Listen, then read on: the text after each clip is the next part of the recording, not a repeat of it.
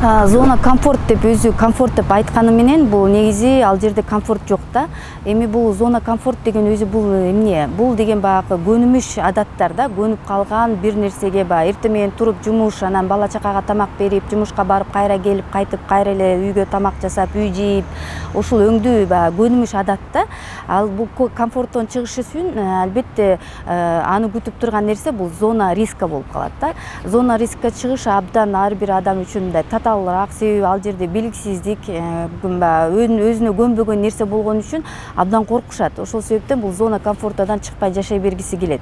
Ал зона комфорт бул деген эч бир өсүп өнүгүүнү бербейт дагы, бир жерде эле баягы эч кандай өсүп өнүгүү болбой деградация болушу мүмкүн да.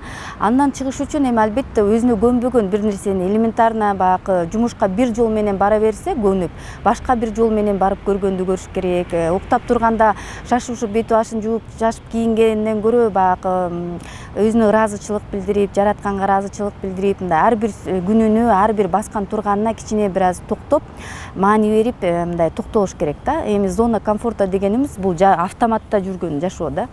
Жизнь в автомате деп коет го, ошол өңдүү болуп калат. Ошон үчүн комфорттон чыгуу абдан керектүү нерсе өсүп өнүгүүгө.